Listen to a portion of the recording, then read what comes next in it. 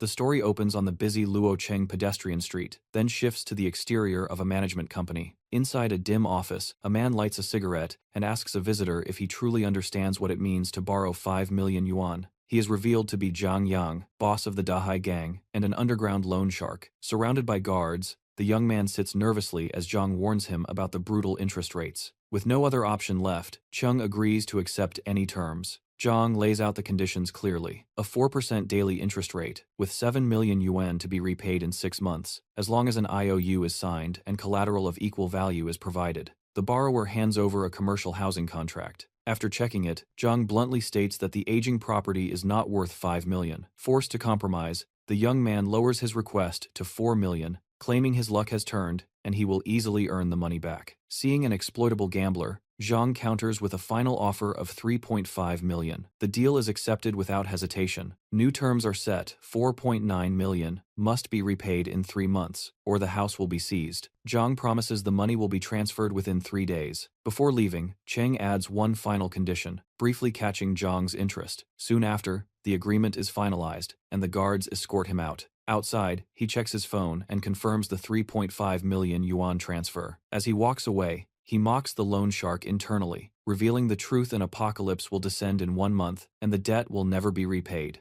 With the money secured, he prepares carefully, determined to avoid the suffering he endured in his past life. He recalls how a terrifying catastrophe once struck Blue Star. Intense solar radiation drove global temperatures up to 50 degrees, plunging the world into a 30-day apocalypse filled with ruin and monstrous beasts. That disaster completely destroyed his previous life. Back inside the office, Zhang Yang ridicules the borrower as a reckless gambler desperate for fast cash. When a subordinate questions whether obtaining a 4 million yuan house for just 3.5 million seems suspicious, Zhang dismisses the concern. He coldly orders his men to rig the casino results, planning to drain the borrower's funds, seize the house, and eventually sell the young man himself. On the other side, the protagonist walks alone through the evening streets. He glances at his phone with a faint smirk, mocking the loan shark for transferring the money so quickly out of greed. He reveals that he has spent the entire day taking loans from different places across the city and has no intention of repaying a single cent. His confidence comes from knowing what the future holds. He recalls the apocalyptic nightmare where the earth dried up, society collapsed, and resources became more valuable than money. In that timeline, even former billionaires were reduced to begging for water or dying miserably. Grateful for his rebirth, Cheng realizes he has just enough time left to stockpile supplies before the disaster arrives. As he steps into a busy venue to begin his preparations, something ahead catches his attention. He notices a display for the Shuigao Assassin,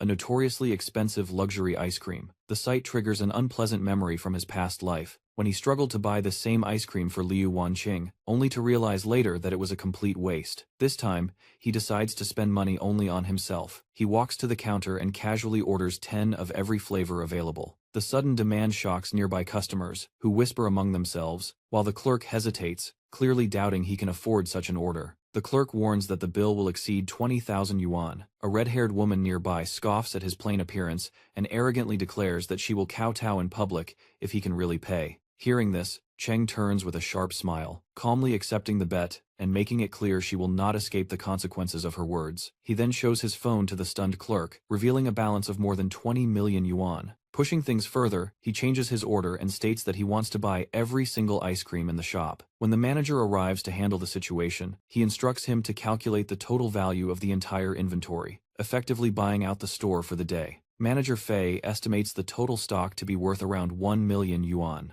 Seeing it as a small price for future comfort, Cheng immediately transfers a 300,000 yuan deposit and arranges for all the ice cream to be delivered to his safe house. Turning to the excited crowd, he announces that every woman in the store can enjoy free ice cream on his tab. He then coldly singles out the red-haired woman, reminding her that she is the only exception and that he is still waiting for her promised kowtow. True to the bet, the arrogant woman ends up sobbing on the floor in humiliation. Chen looks down at her, making it clear that she brought this disgrace upon herself. Later, Chen sits quietly on a bench and finally enjoys the luxury ice cream he won, finding the taste genuinely impressive. While eating, he activates his hidden trump card, a supernatural spatial dimension. Inside this space, time is completely frozen, meaning any supplies stored there will never spoil. The realization excites him. In the coming apocalypse, controlling fresh food will allow him to control people themselves. Chen soon confirms that his supernatural ability has been reborn along with him. This is highly unusual, since such powers normally awaken only after the apocalypse begins. Understanding how valuable this advantage is, he identifies it as his greatest trump card. He calmly plans his next steps, building a secure safe house and stocking it with weapons and energy resources. His thoughts are interrupted by an incoming call from Liu Wanqing. As he stares at her name on the screen, memories surface. After his parents died, she appeared in his life like a savior. But now,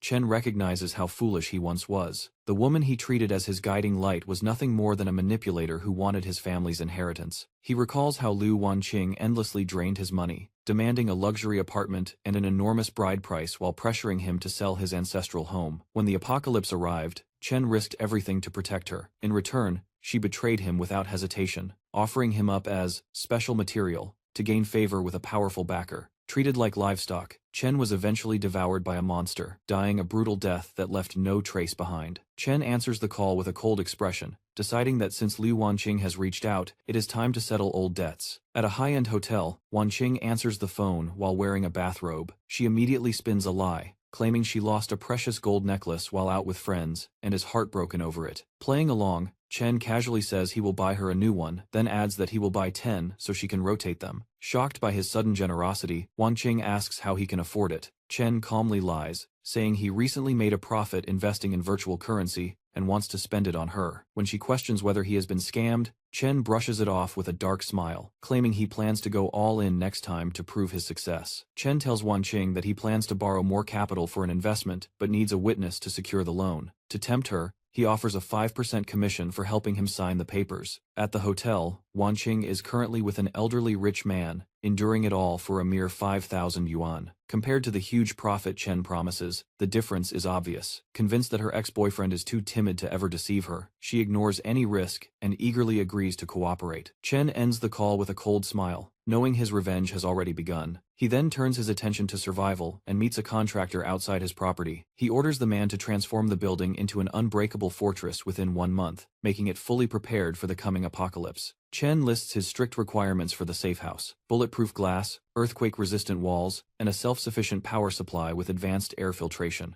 The contractor is baffled by the demands and secretly mocks Chen as a paranoid rich man obsessed with doomsday fantasies. However, when Chen questions his professionalism as a bunker expert, the contractor senses an opportunity for huge profit. He pretends to worry about the budget, only to be silenced when Chen immediately transfers a 1 million yuan deposit. With the money in hand, Chen tells him to set the final price and insists the project must be completed in exactly 1 month. Delighted by the unlimited budget, the contractor secretly plans to exploit what he believes is a foolish client and secure lifelong wealth. As they shake hands, both men hide their true intentions. The contractor plans to overcharge, while Chen knows the apocalypse will make any final payment meaningless. With construction underway, Chen moves to the next step of his plan. He reflects that when order collapses, human nature becomes more dangerous than any natural disaster, making weapons essential. While cold weapons are easy to obtain, firearms are what he truly needs. He contacts a black market dealer, who quickly responds and tells him to meet at a secret location at exactly 8 p.m. On his way to the meeting point, the quiet night is shattered by chaos. A terrified woman runs down the street, chased by 3 men, shouting threats and insults. They soon catch up, and their bald leader angrily accuses her of cheating in his territory and courting death. Panicked, the woman rushes behind Chen, clinging to him and begging for protection. Chen freezes when he sees her face, instantly recognizing her as Li Yu, and is shocked to see how she has ended up in such danger. The pursuers brutally grab the woman, yanking her by the hair as she screams in pain. As Chen gets a clear look at her face, he suddenly realizes who she is: Li Yu. He remembers her as the famous academic goddess from their middle school days, admired by countless boys. The contrast between her past brilliance and her current desperation leaves him momentarily silent. One of the thugs tightens his grip on Li Yu's hair, demanding money, and crudely suggesting she pay with her body if she cannot. Chen steps forward with a cold expression and orders them to let her go. The blonde thug laughs at his attempt to play hero and rushes at him, throwing a vicious punch meant to cripple him. Chen's eyes flash red as he calmly dodges the attack and counters in one swift motion, grabbing the thug and slamming him hard into the ground. Without effort, Chen twists the attacker's arm and pins him down as the man screams in agony. At that moment, a mysterious interface appears before Chen, informing him that he has unlocked a negative emotion harvesting system. Powered by the fear and pain around him, Chen is stunned, realizing this is an ability he never had in his previous life. Before he can think further, another gang member panics and grabs Li Yu, using her as a hostage and threatening to kill her if Chen moves. Suddenly, a brick flies through the air and smashes into the thug's face, forcing him to release her. A man in a floral shirt steps in, mocking the gang for picking on a helpless woman.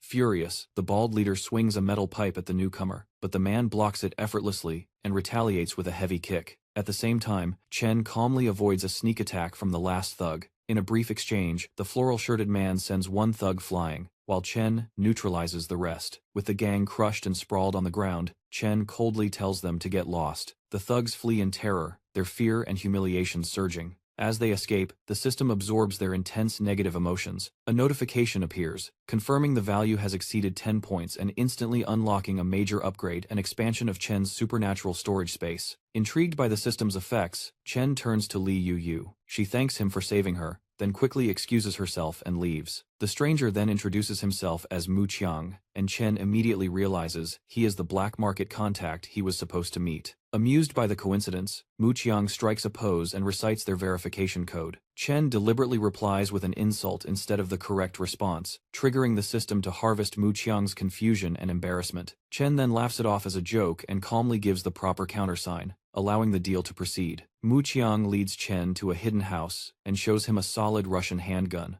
warning that ammunition is limited. After witnessing Chen's fighting ability, Mu Qiang offers him a special friendship prize. Chen checks the gun, then boldly asks for a free suppressor, a warranty card, and extra bullets. Mu Qiang is left stunned and irritated, internally raging that a black market deal is being treated like a normal store purchase. Anger surges through Mu Qiang, feeding even more negative emotion into Chen's system. Realizing he has pushed too far, Chen immediately drops the demands, transfers the agreed payment, and secures the weapon and ammunition. The scene then shifts to a luxury building, where a woman in a red dress stands by the window, quietly watching the city lights. When Chen arrives, Wanqing complains about the delay, and asks again if everything is safe. Pretending affection, Chen reassures her that it is just a simple formality. Confident in her own judgment and convinced Chen is still blindly devoted to her, she sets her doubts aside. Inside the office, Zhang Yang praises her while she signs the documents. However, his thoughts reveal the truth. Although Wanqing believes she is only acting as a witness, her signature has transferred the entire debt onto her name.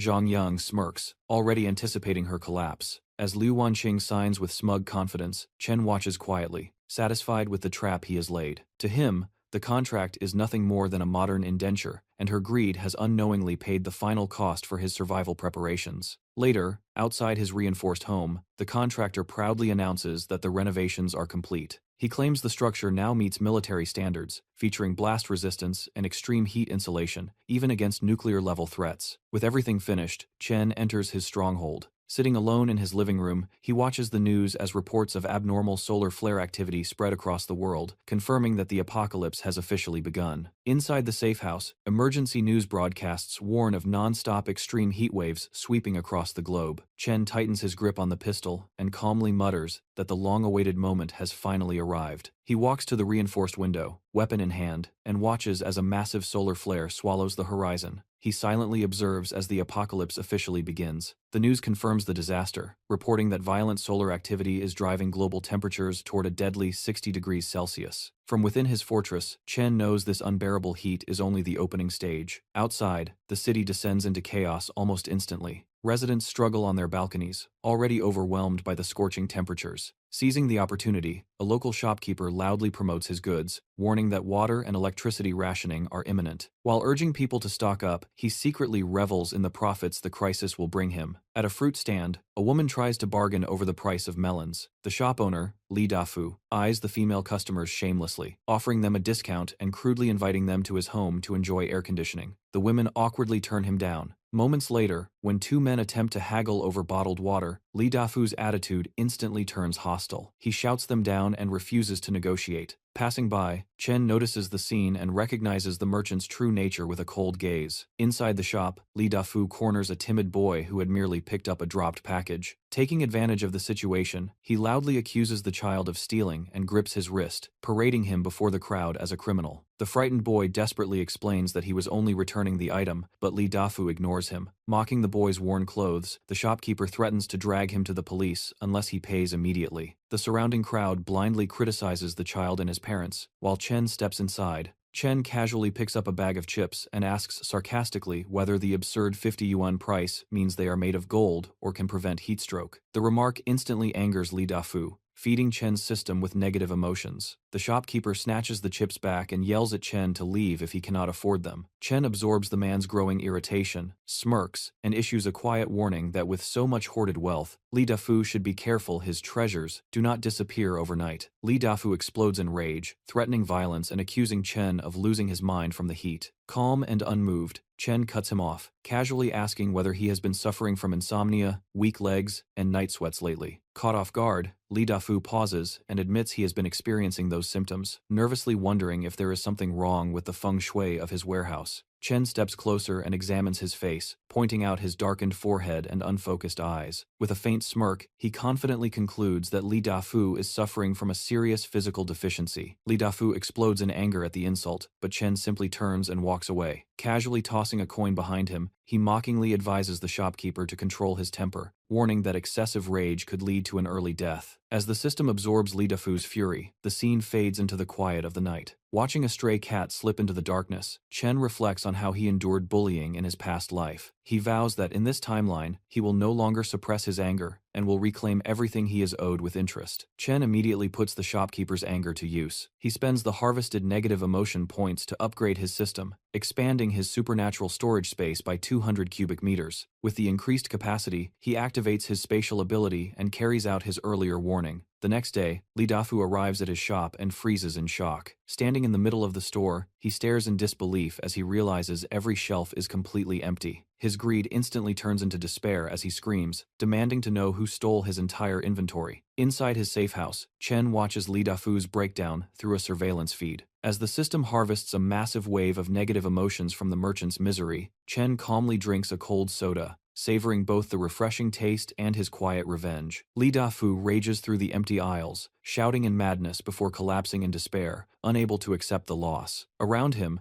people speculate that he may have staged the incident himself to raise prices. When whispers spread about a strange shadow seen floating through the shop at night, Li Dafu's anger shifts into pure terror, fearing he has been haunted. Blending into the crowd, Chen casually eats chips and observes everything unfold as the system continuously absorbs Li Dafu's anger and suspicion. To push him over the edge, Chen deliberately munches on another bag of chips in front of the distraught shopkeeper, loudly praising the smell. Li Dafu stiffens when he recognizes the packaging. It is unmistakably from his own missing stock. Chen twists the knife by repeating his earlier taunt, casually asking if the chips are made of gold. The words push Li Dafu over the edge. He lunges forward, grabbing Chen violently and screaming that Chen is the thief who stole his goods and now dares to flaunt them in front of him. Li Dafu clutches Chen by the collar, furious at the sight of him eating what looks like his missing stock. Completely calm, Chen asks for proof and mockingly offers the half-eaten bag of chips as compensation for the empty shelves. Although burning with rage, Li Dafu quickly calculates that even without evidence, he can still frame Chen and extort money to recover his losses. Chen immediately turns the situation around by raising his voice and addressing the crowd.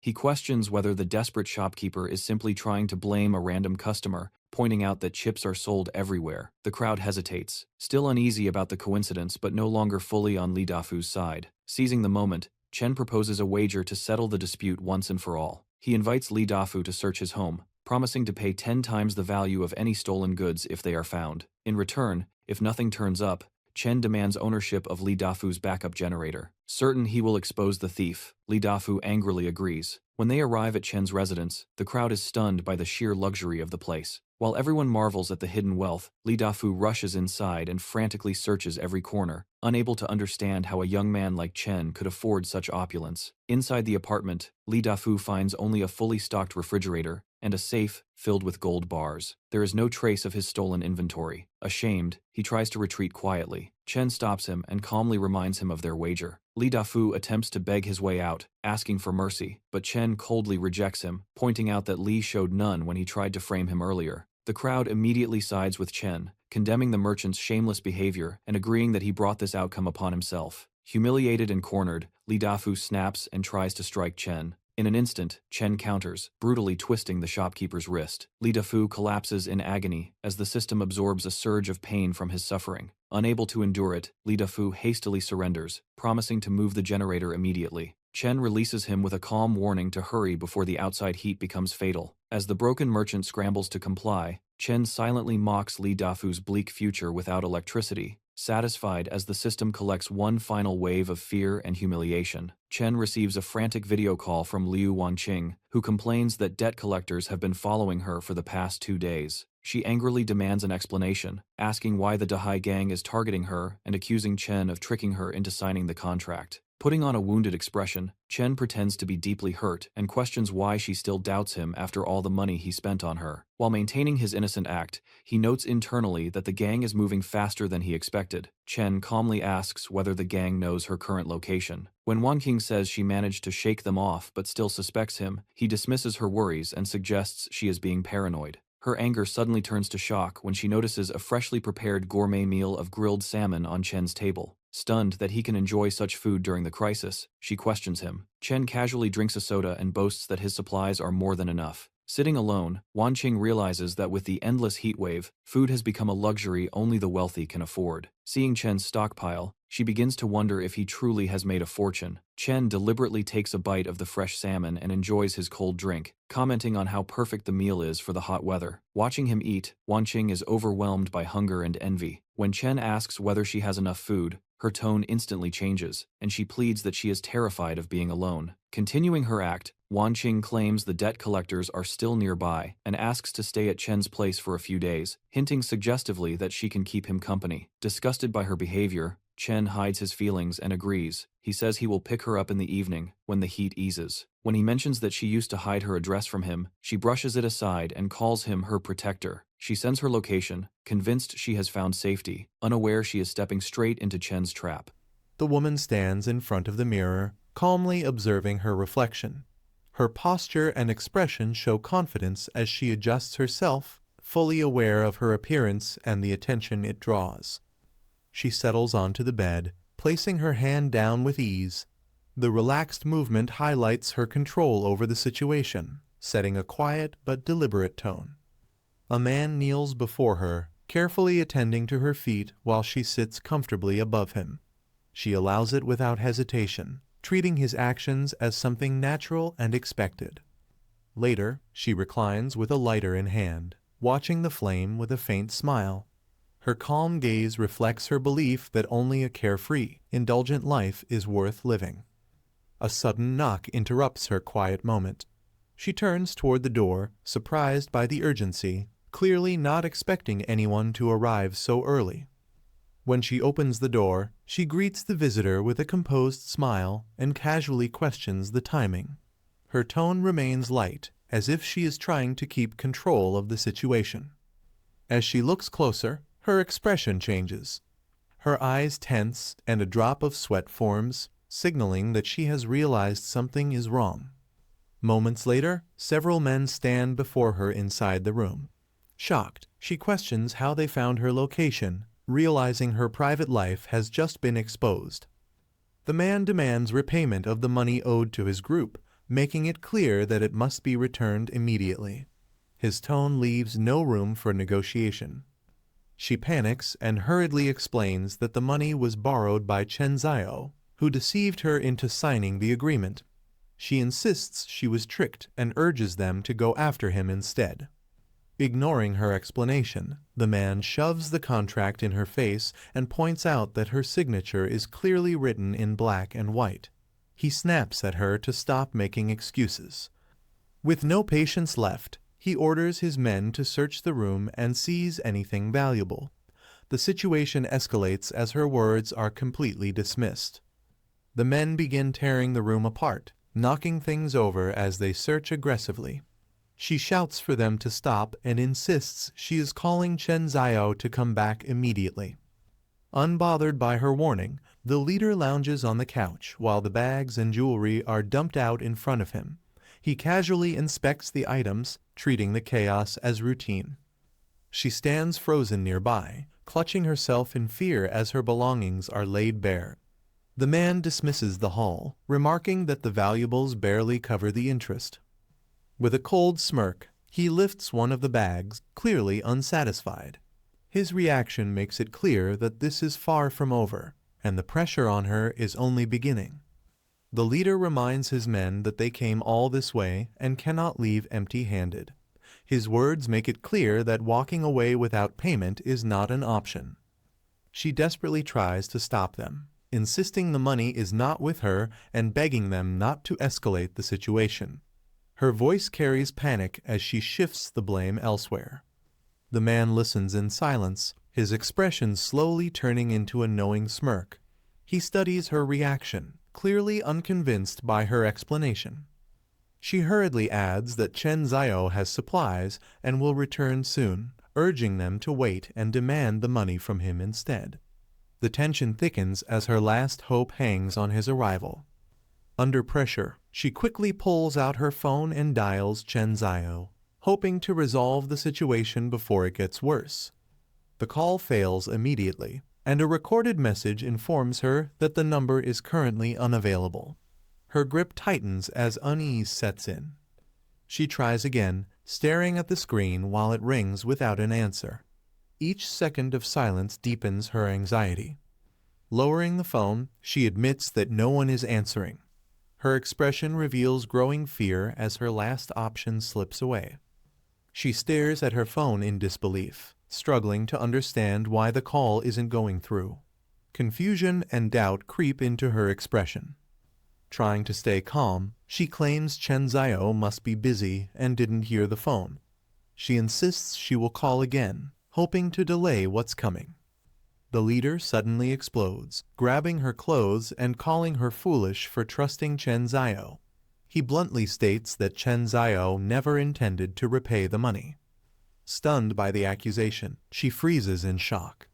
The realization begins to sink in, leaving her speechless as the situation turns even darker. The leader suddenly grabs her, tightening his hold as she struggles and demands to be released. His grip makes it clear he has no intention of letting her go. Panicking, she shouts for them to find Chen Zhao instead, insisting he is the one who has what they want. Her plea comes out desperate and strained. She is dragged across the floor as her screams echo through the room. The men loom over her, completely ignoring her resistance. The door slams shut with force, cutting off any chance of escape. The situation turns dire as she is left trapped with no one coming to help. Her phone slips from her hand and shatters on the floor, the screen cracking as her cries cut off mid-call. Panic peaks as her last connection is destroyed. Elsewhere, Chen Zhao sits calmly in a quiet room, holding a glass of wine while working on his laptop. His phone lies nearby, ignored and silent. He casually swirls the drink and remarks that Liu Mingjing has good taste, treating the chaos he caused as nothing more than entertainment. Outside, the night city stands indifferent and still. The contrast makes it clear that while she is trapped in despair, he remains untouched and completely at ease. She collapses in the corner, sobbing uncontrollably as fear and regret overwhelm her. The room feels smaller as her situation fully sinks in. The leader turns away for a moment, listening while she cries behind him. Her breakdown only confirms how helpless she has become. He casually sets his cup down, his interest suddenly sharpened by something she mentioned earlier. The shift in his expression signals a new idea forming. Leaning close, he grips her chin and demands details about Chen Zhao's place and the valuables there. Her tears continue as she realizes she may have just revealed her next nightmare. Breaking down, she blurts out details about Chen Zhao's place, mentioning air conditioning, cold drinks, and plenty of food. Her words spill out as desperation takes over. She adds that his home has everything, clinging to the idea that sending them there might spare her. Each sentence sounds more frantic than the last. The leader's eyes narrow as interest hardens into a decision. He orders his men to go find Chen Zhao, declaring him the real target. She insists she has nothing left to give, her strength nearly gone. As he looks down at her coldly, it becomes clear that her fate no longer matters to them. She is thrown onto the bed and left there, completely drained and unable to resist anymore. The room falls silent as her fate is sealed. The leader stands back, calmly adjusting himself while looking down at her. A satisfied smile spreads across his face as he confirms his decision. With a mocking tone, he signals his men and announces it's time to move. His focus has fully shifted away from her. The door closes behind them as they leave the room behind. The mess and silence remain, marking the end of her ordeal and the beginning of their next target. Left alone in the ruined room, she curls up on the bed, clutching the torn sheets as her body trembles. The silence presses in, heavier than before. Tears fall as the truth finally settles. The betrayal she tried to deny now feels undeniable and absolute. The scene opens on a quiet city street at night, showing an empty road lined with buildings, creating a tense and uneasy atmosphere as something dangerous approaches. Heavy footsteps echo as a man steps forward with confidence, his polished shoes hitting the ground sharply, signaling that the group has reached their destination. A group of men walks together while discussing their target, explaining that the beast named Zio lives here and has plenty to eat and drink, but is extremely stingy and never shares even basic necessities. One of the men smirks and reassures the others that once they get what they want, there will be plenty of benefits for them, making their intentions clear as they move closer. The boy eagerly thanks Brother Jiang, praising his generosity and saying it is no surprise he could become a big boss, while acting overly obedient in front of him. Brother Jiang casually tells the boy that helping him is no big deal, and even offers him a place to live, pretending to be kind as the people behind him watch silently. From above, the group is seen standing in the middle of the road near a parked car, confirming they have fully surrounded the area and are in control of the situation. Brother Jiang looks down with a sharp expression and senses something unusual, quietly realizing that this kid is not as simple as he appears. The group arrives in front of the apartment building at night, spreading out as they face the entrance while one man steps forward, ready to force his way inside. A muscular man confidently volunteers to kick the door down, boasting in front of Brother Jiang as he charges ahead without hesitation. The moment his foot hits the ground, blue electric sparks suddenly surge around his shoe, shocking him instantly and stopping his attack mid-motion. As he screams in pain and collapses, the others freeze in shock, realizing that the target's place is protected and far more dangerous than they expected. The man collapses on the ground, convulsing from the shock, while one of his companions angrily curses him for failing at such a simple task. As someone tries to grab and pull him away, electric sparks spread further, showing that direct contact only worsens the situation. A terrifying shadowy figure forms within the crackling electricity, making the man scream for help as the power overwhelms him completely. The rest of the group stares in horror, their expressions shifting from arrogance to fear as they realize they have triggered something far beyond their control. As the electricity fades, a strange sound echoes through the night, drawing everyone's attention upward toward the rooftop. Brother Jiang and the boy look up in confusion, both clearly stunned as they struggle to understand what just activated. A loudspeaker on the roof suddenly turns on, its mechanical noise cutting through the silence as an unfamiliar voice begins to speak. The message calmly talks about good luck, blessings, and prosperity, making the situation even more unsettling as the group realizes this power is deliberate and controlled. The electric field surges again, blasting the trapped man with another wave of lightning as his screams echo through the street. Brother Jiang reacts in shock, swearing as he instinctively pulls back while the others hesitate, unsure whether to attack or retreat. Invisible systems register the group's fear, recording rising shock, panic, and speechlessness as the situation spirals out of control. From a safe distance, the mastermind calmly observes through a monitoring setup, explaining that they stepped directly onto a protective electric grid, confirming this was all planned. Brother Jiang angrily points at Chen Zio and demands he return the money, saying debts are a matter of principle and insisting they settle everything on the spot. One of the men mocks Chen Zio, accusing him of having money to renovate his place but refusing to pay his debts, openly questioning how he was raised. Inside the apartment, Chen Zio calmly sits back, casually holding a popsicle and watching the situation unfold without any sign of panic. He coolly states that the market price of his apartment is 4 million, making it clear that their demand for 3.5 million is insignificant to him. Chen Zio calmly rejects the accusation, saying that Liu Wangqing's debt has nothing to do with him, and they should take the issue up with her directly. Brother Jiang explodes in anger, sweating and shouting as he realizes the situation is slipping out of his control. Chen Zio warns that a wise man knows when to back down, suggesting they leave peacefully while he is still in a good mood. He casually presses a red button and coldly adds that if they keep looking for trouble, he will no longer be polite. The electric trap intensifies, and the man trapped inside screams in agony as the current surges violently through his body. A glowing, skull-like electric figure manifests within the lightning, terrifying the group as one of them shouts that they can't hold on any longer. Enraged, Brother Jiang steps forward gripping his weapon, his face twisted with fury as he prepares to retaliate.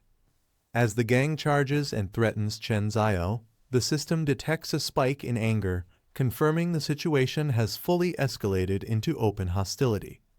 Brother Jiang's face twists with fear and frustration as he realizes the situation has completely slipped beyond his control. Outside, the apartment building is shown looming under an ominous red glow, signaling that something dangerous is still active around the area. The system registers the environment heating up rapidly, displaying an extreme temperature warning as the street below becomes unsafe. Meanwhile, Chen Zio relaxes inside his apartment, casually enjoying his food and calling it refreshing, completely unfazed by the chaos unfolding outside. News broadcasts warn that heatstroke deaths are increasing across the city, urging residents to stay indoors as extreme temperatures continue to rise. Inside his apartment, Chen Zio calmly looks at his phone, unfazed by the warnings or the chaos happening outside. Messages flood the community group chat, accusing him of being selfish for having food, water, and air conditioning while others suffer in the heat. The neighbors escalate their accusations, demanding Chen Zio come out and explain himself, openly blaming him for their worsening situation. Chen Zio casually drinks his beverage, remaining calm and relaxed despite the growing outrage and pressure outside. Without any urgency, he lowers his hand and looks at his phone, clearly unaffected by the accusations and threats aimed at him. A man stands before his massive stockpile of food and supplies inside a large refrigerator. He takes a photo of the well-stocked shelves with his phone. He shares the image to a group chat, boasting about his large stockpile and inviting others to sign up if they want some. His neighbors immediately respond, begging him to share food and deliver water to them. Chen Zio sends a firm message to the group chat, declaring that he isn't running a charity and will only trade his supplies for items of equal value. The neighbors erupt in anger, calling him a selfish brat and threatening him with karma, claiming he will suffer if they are left to starve. Unfazed by the insults and desperate threats, Chen Zio leans back and relaxes, completely indifferent to the chaos he caused in the chat. As he rests, a sudden chime rings out, and a mysterious notification appears, immediately catching his attention.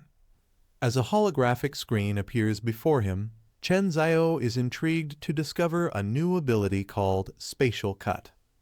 Curious about his newfound power, he decides to test it out on a simple apple sitting nearby.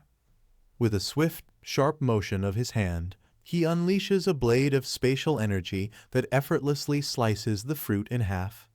Seeing the lethal efficiency of the skill, Chen Zio smirks, noting that things are finally starting to get interesting.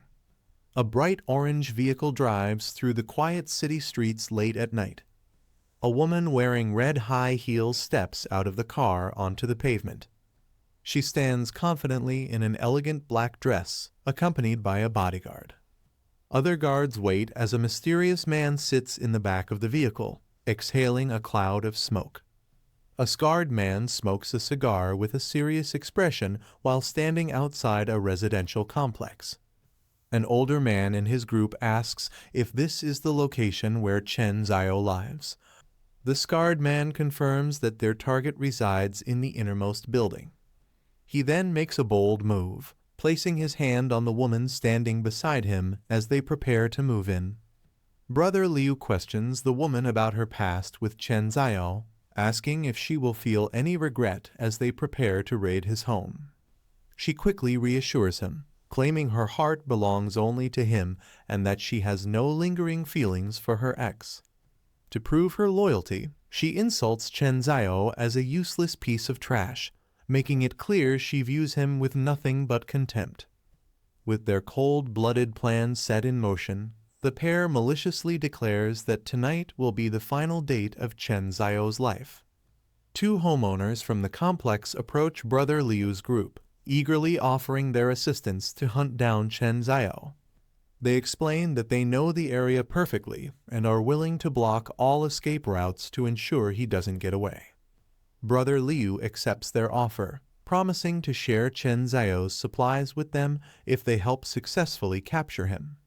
Overjoyed by the potential reward, the neighbors lead the way, offering to take the group through a shortcut to reach their target faster. Chaos erupts in the residential complex as Brother Liu's thugs begin forcefully clearing out the residents and seizing their meager belongings. Accompanied by his elite guards and the woman, Brother Liu marches through the area, guided by the neighbors who foolishly believe they are on the same side. One of the neighbors is horrified to find his own home being raided, but a thug coldly informs him that the entire building now belongs to Brother Liu. The remaining residents scream in desperate protest, pleading that they did nothing to provoke such a violent and heartless takeover of their homes. The neighbors realize their mistake too late, regretting their greed and their foolish decision to trust such ruthless beasts. Brother Liu and his armed gang stand tall, prepared to use force to seize total control of the complex. A massive mob of thugs gathers in front of the building, heavily outnumbering any potential resistance as they prepare to move in. Suddenly, Chen Zhao appears and confronts the crowd, catching them off guard by hurling a sofa directly at them using his power. Chen Zhao calmly finishes his meal even as he is confronted by a large, hostile group. He nonchalantly asks if everyone has gathered there just to find him. Brother Liu warns him that death is near and demands he surrender his supplies to avoid a brutal end. Completely unfazed by the threat of imminent death, Chen Zhao simply wipes his mouth with a napkin. Chen Zhao scolds the group for their lack of manners, asking if their parents ever taught them not to disturb someone while they are eating. Infuriated by his calm attitude, Brother Liu loses his patience and orders his men to charge and cripple him. The gang members immediately launch a coordinated assault, rushing toward him with various weapons drawn. Despite being surrounded by a mob of armed thugs, Chen Zhao remains perfectly composed as the first wave of attacks reaches him. Chen Zhao effortlessly dodges an incoming punch, grabbing the attacker by the head before he can even recover. He slams the man's face into the concrete with devastating force, shattering the ground and leaving him incapacitated. As another thug attempts a surprise attack with a spiked flail, Chen Zhao remains perfectly composed and prepared. While still holding down his first opponent, he delivers a powerful kick that sends the second attacker flying across the pavement. A thug charges at Chen Zhao, swinging a heavy axe directly at his head with lethal intent. Chen Zhao remains unfazed, mockingly asking if they are forcing him to use spatial segmentation as he prepares to counter. He throws a yellow canister toward Brother Liu and his remaining group, catching them completely off guard. The canister hits the ground and immediately erupts into a massive, blinding cloud of smoke, masking the area in chaos. Coughing from the smoke, Brother Liu realizes it's tear gas and, suspecting an accomplice, orders his group to retreat immediately. After successfully driving off the attackers, Chen Zio stands firm as the remaining gang members flee into the night. A mysterious silhouette emerges from the haze, acknowledging the chaos Chen Zio caused while praising his impressive combat skills. Turning to face the unexpected visitor with a stern expression, Chen Zio demands to know why they have appeared. The mysterious visitor is revealed to be a man in a floral shirt, casually tossing a canister in his hand. He asks Chen Zio if he is still in the market for guns, suggesting they have a history of trading. An associate approaches the protagonist, visibly impressed by the resources on hand. He remarks that being able to drink ice water during such a difficult time is a sign of a truly comfortable and high-quality life. The protagonist remains cautious and questions the man's presence. He demands to know why the associate has crossed over into this area, noting that this side is outside of his usual territory. The man explains his motives, revealing that Liu Haifeng's men have been encroaching on his business lately. He admits that he has been surveilling them for several days to keep track of their movements. He explains that he followed Liu Haifeng's men to this location, not realizing they were heading for the protagonist.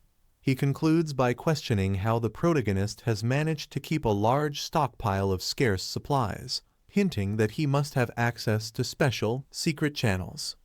The protagonist remains highly suspicious of the man's line of questioning. Giving him a sharp, intense look, he demands to know exactly what the man is trying to get at with his comments about the supplies.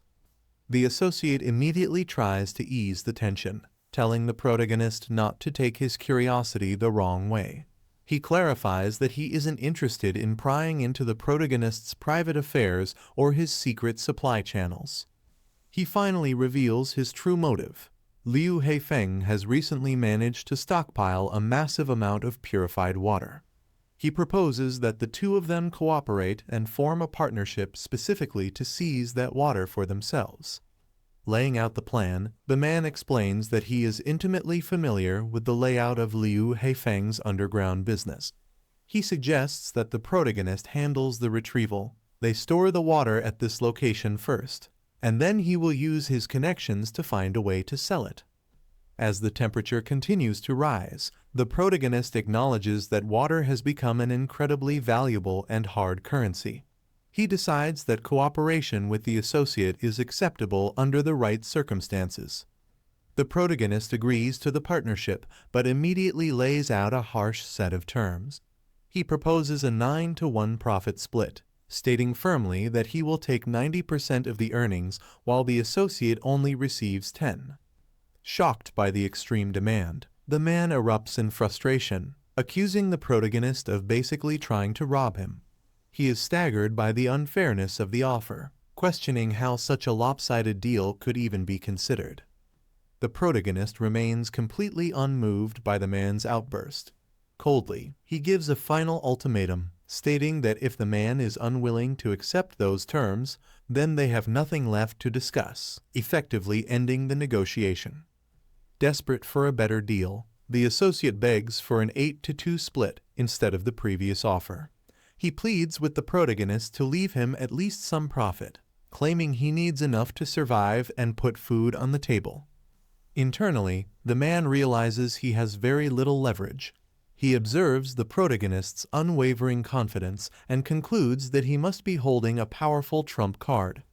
Despite the harsh terms, he admits to himself that he cannot find anyone more suitable for this partnership. The protagonist calmly considers the proposal and decides that an 8-to-2 split is acceptable. However, he immediately attaches a new condition. For any future goods acquired, he must have the first pick, leaving only the remaining items for the associate to sell. Faced with no other viable options and realizing the protagonist holds all the power, the associate finally surrenders. He crosses his arms in resignation and officially concedes, telling the protagonist that he has won the negotiation. Once the deal is settled, the protagonist immediately focuses on the next phase of the plan. He states that their first objective is to gather intelligence on the stronghold's structural layout and the exact distribution of personnel stationed throughout the area. While surveying the target from a vantage point, the associate points out Liu Heifeng's stronghold and notes that the trading area is located at the front. He explains that people who are desperate for water come here to buy it with money or trade their belongings. Observing the movement within the complex, they witness the high level of security protecting the site.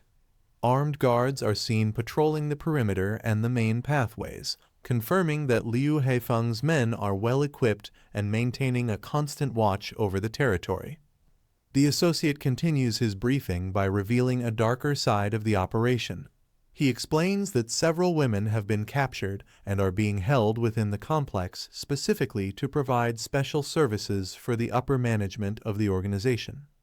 The associate highlights a woman in a red dress as an example of those held captive within the industrial complex. She appears distressed and on high alert while being monitored by Liu Heifeng's men, illustrating the dangerous environment the protagonist is about to enter. Turning his attention back to their primary objective, the associate explains that the water storage area is situated toward the rear of the facility.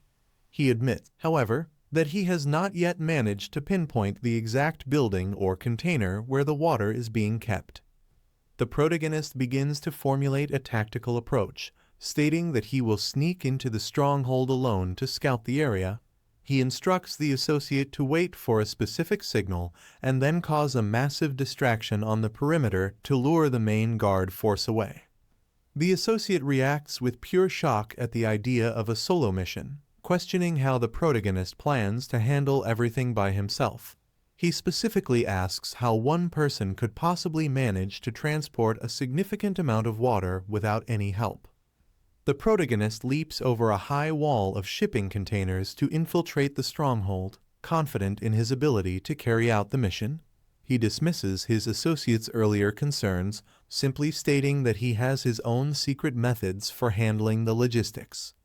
Once successfully inside the perimeter, he begins navigating the industrial grounds of the facility. He moves through the shadows of the warehouse area, staying focused on his primary objective of locating the hidden water supply. His progress is suddenly halted when an armed guard spots him in the open. The guard demands that he stop immediately, noting that he looks unfamiliar, and aggressively asks to see his identification to prove he belongs on the site. Maintaining his composure, the protagonist quickly produces an ID card to sell his cover story. He calmly informs the guard that Boss Liu personally sent him to perform an official count of the current water stock, attempting to bluff his way deeper into the facility. The guard is immediately skeptical of the protagonist's excuse, mocking the idea that he was sent to count the water stock. He laughs at the flimsy cover story, asking the protagonist if he really thinks such a simple trick would work on him. Reaching out to place a hand on the guard, the protagonist reflects on his unique abilities in silence. He notes that while he previously only used his spatial cut technique for mundane tasks like cutting apples, today he intends to use it for something far more serious. With a swift and decisive motion, the protagonist unleashes the power of his technique directly against his opponent. The guard is caught completely off guard by the sudden, glowing strike, unable to react as the spatial cut connects with lethal precision. Overwhelmed by the force of the attack, the guard collapses with a cry of intense pain. The confrontation ends abruptly as he falls to the ground, neutralized before he can raise his weapon to defend himself. The first guard is decisively neutralized by the protagonist's lethal technique. As blood splatters across the night air, the guard collapses to the ground, leaving the protagonist free to continue his infiltration deeper into the facility. The commotion quickly attracts attention as a second guard discovers his fallen comrade. Horrified and enraged by the sight of his teammate lying motionless, he immediately spots the intruder and prepares to engage with lethal force. Without hesitation, the second guard draws his handgun and aims it squarely at the protagonist. Shouting in a desperate attempt to stop the intruder, he opens fire, unleashing a barrage of bullets toward the moving target. Facing the incoming gunfire, the protagonist reacts with incredible speed and precision. He unleashes a massive, glowing arc of energy that sweeps through the air, countering the guard's attack and overwhelming him in a single, powerful motion. The skirmish continues as the protagonist neutralizes another guard with his energy-based attack. Even as the guard manages to fire a shot, the lethal precision of the strike proves overwhelming, causing the facility's security to crumble under the sudden assault. The sound of combat alerts the entire stronghold, prompting a massive response from the personnel, shouting that an intruder has successfully sneaked in. A heavily armed unit carrying everything from rifles to an RPG rushes toward the area to intercept the threat. Understanding the danger of being surrounded by such a large force, the protagonist quickly moves back into the shadows. He presses himself firmly against a wall, staying out of the light as an armed guard runs right past his hiding spot without noticing him. Once the guard has passed, the protagonist remains incredibly composed despite the growing chaos. He takes a quiet moment to exhale, watching the guard scramble from his position in the darkness as he prepares to make his next move toward the water stock. The protagonist remains deep in thought, his eyes narrowed with intense focus as he continues his infiltration. He stays low, carefully observing the situation to determine the best time to move forward without being spotted by the roving security teams. Deep within the facility, a large crowd has gathered around the massive water storage tank, creating a significant amount of noise and activity. The gathering highlights just how critical this central resource is to everyone currently residing within the stronghold's walls. Security is tightened immediately as the search for the intruder intensifies across the industrial grounds. Heavily armed guards are seen silhouetted against the rusty corrugated warehouses, conducting a thorough and systematic sweep of the perimeter to root out the threat. In the midst of the sweep, a young woman suddenly appears from the shadows, looking visibly anxious and alert. She quickly brings a finger to her lips and signals for absolute silence, indicating that the guards are dangerously close to their current hiding spot. The protagonist encounters the young woman hiding near a corrugated warehouse. Crouching low to avoid detection, he immediately questions her presence, asking exactly why she is out in this dangerous area of the facility. The woman reveals that she was captured and brought to the stronghold against her will. Looking visibly shaken, she asks the protagonist if he has also been taken prisoner by the guards patrolling the industrial complex. Ignoring her question, the protagonist asks if she knows the specific location of the water stockpile. She confirms that she does, explaining that she was forced to clean the area and has already memorized the layout, offering to lead him directly there. Realizing she is a valuable asset to his mission, the protagonist accepts her help. The two remain alert in their hiding spot for a brief moment longer, preparing to move together toward the central water supply. The guards are suddenly alerted by a loud noise as a metal bucket falls and clatters across the pavement. The security team, armed with rifles and a rocket launcher, immediately converges on the area, shouting that someone is nearby and urging everyone to move quickly to investigate the source of the sound. Taking advantage of the momentary distraction, the young woman takes the lead to guide the protagonist through the complex. She instructs him to follow her closely, explaining that the specific path she is taking is a blind spot that is completely free of surveillance cameras.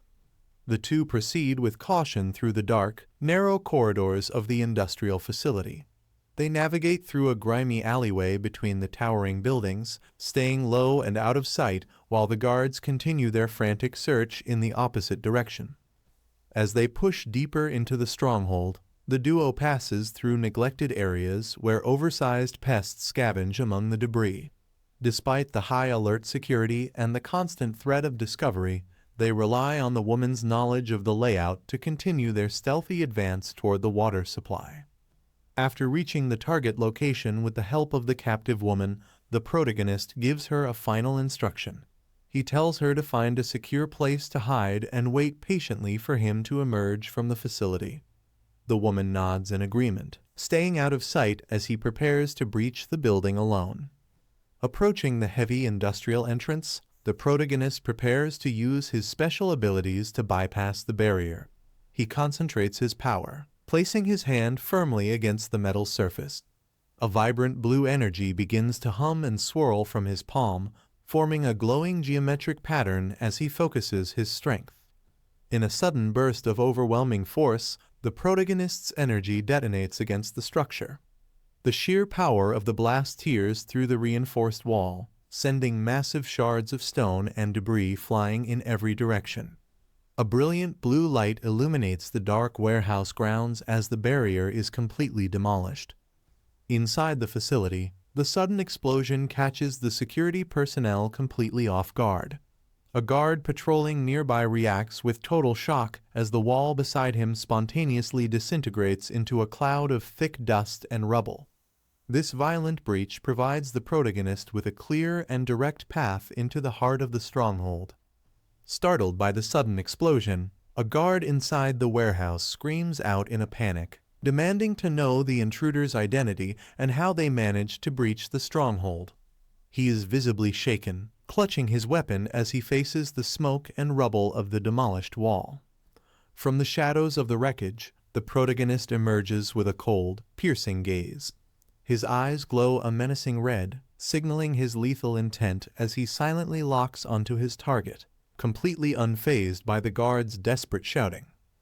With blinding speed, the protagonist lunges forward, unleashing a powerful arcing strike. A vibrant red energy blade cuts through the air in a single, fluid motion, catching the guard completely off balance before he can even think to pull the trigger. The strike connects with absolute precision, manifesting as a dark, jagged line that severs the guard's throat instantly. The man stands frozen in a state of terminal shock, silenced forever as the protagonist successfully clears the path to continue his mission deeper into the facility. Peering anxiously from behind a door, the girl grows increasingly worried about Chen Zio's safety. She notes that he has been inside for a long time and hopes that nothing bad has happened to him. Suddenly, a violent disturbance erupts within the warehouse. Large rocks and heavy debris begin raining down from above, creating a chaotic scene as the structure appears to suffer a massive collapse or explosion. Standing amidst the rising smoke and falling dust, the girl is visibly stunned by the sudden destruction. She clutches a brick tightly in her hands, frozen in shock as the air fills with flying debris. As the thick clouds of dust begin to settle, she catches sight of a mysterious figure. A dark silhouette stands tall within the wreckage, emerging from the center of the chaos as she looks on in surprise. Reacting with a panicked scream, the girl raises her brick high above her head, prepared to strike out in self-defense against the mysterious figure emerging from the dust. She's frozen in place as she comes face to face with a young man wearing a black baseball cap. The two share a tense, silent moment as they stare at each other amidst the smoky wreckage. Maintaining a calm and serious demeanor, the man informs her that the situation has been taken care of and tells her it's time to leave. He begins to walk past her, leaving her standing there in a state of bewilderment. In a close-up shot, a pair of hands is seen firmly gripping a handgun. A sharp clicking sound resonates as the weapon is readied for action, adding a new layer of tension to the scene.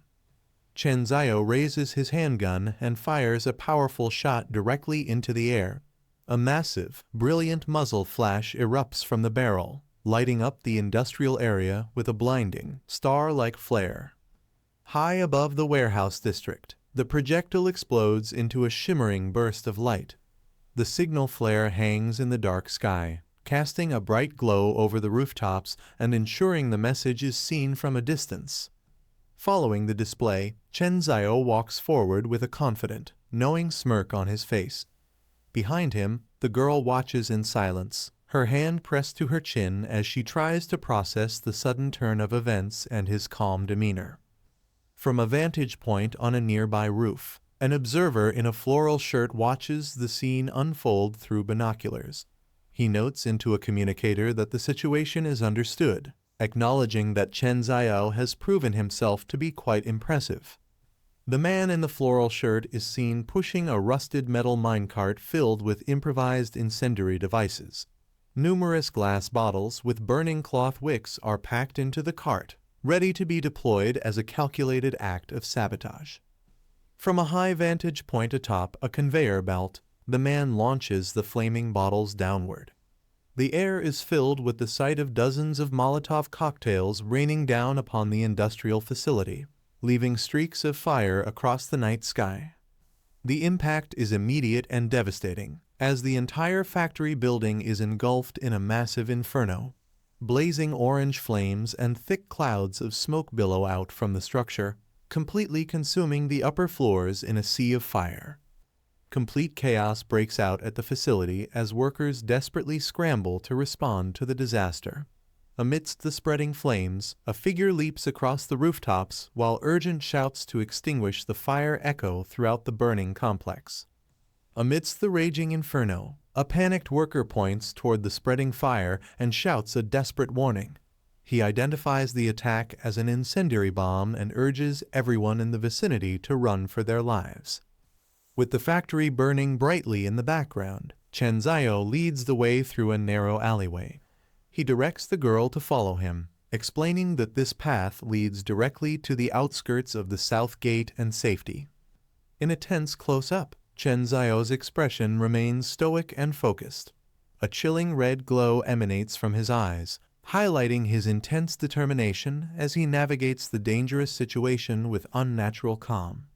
Suddenly, a blonde woman appears and looks down at Chen Xiao with a look of pure desperation. She clings to him and pleads for her life, begging him to take her with him and not leave her behind in the devastation. Desperately clinging to Chen Xiao, the blonde woman begs him for his help. She tries to appeal to his emotions by reminding him of their past together, pleading for him to save her for the sake of the relationship they once shared as lovers. Hanging on to him in a state of panic, she attempts to bargain for her rescue. She promises that if he agrees to take her away from the burning facility, she will not hold it against him that he previously used her name to take out fraudulent loans. Chen Xiao responds with a cold, mocking smirk as he looks down at her. He scoffs at her offer of forgiveness, telling her that she clearly doesn't understand the reality of the situation and that her past grievances are the least of her worries now. Completely devastated by his heartless response, the woman breaks down in tears. Her expression is one of pure despair and shock as she realizes that her former lover feels no remorse and has no intention of showing her any mercy. The blonde woman reveals the dark reality of her time in the facility, describing a hellish routine of forced servitude. She claims that she was coerced every single day into servicing the older men there, painting a picture of a traumatic and trapped existence. She further details the brutal cycle of abuse she faced from her captors. She explains that any attempt at resistance resulted in immediate physical violence, and whenever she tried to run away, they would simply catch her and drag her back to face more torment. With a look of pure desperation, she begs Chen Xiao for his help and protection. Claiming she has absolutely nowhere else to turn, she pleads for him to let her live with him, promising that she is willing to do anything he asks in exchange for a safe haven. Chen Xiao remains cold and unmoved, confronting her with a list of her past betrayals.